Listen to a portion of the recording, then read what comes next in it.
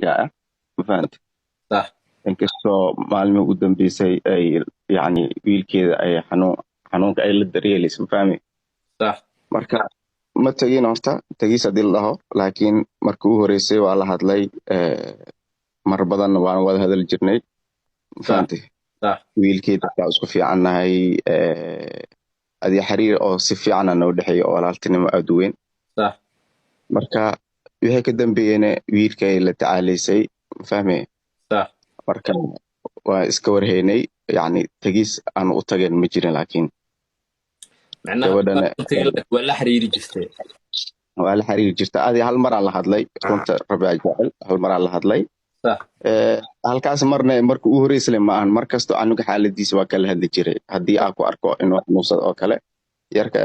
maalmihii ugu dambeysay aad u xanuunsad maahane mar wuxuu ahaa isbitaalka la geeyey mar lasoo bixiyo mar la geeyo mar lasoo bixiyo ayuu ahaa صح fahant صح calaa kulli xaal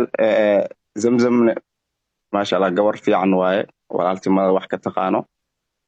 kolley halkan uma joog inaan wax sheego oo qoftaas waa caawiyey aad dhaho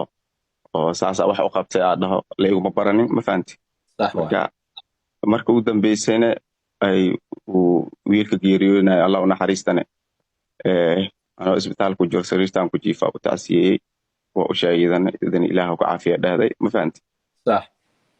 marka wixii ka dambeeya awood aan kusoo hadlo ama awood aan youtube-kii wax kusoo duubo maba lahaynba isbitaalaan ku jiraa dadka u maleeya oo youtube-kii aan ka maqanahay inaan arrinkaas ugu maqanahay arrinkaas uguma maqni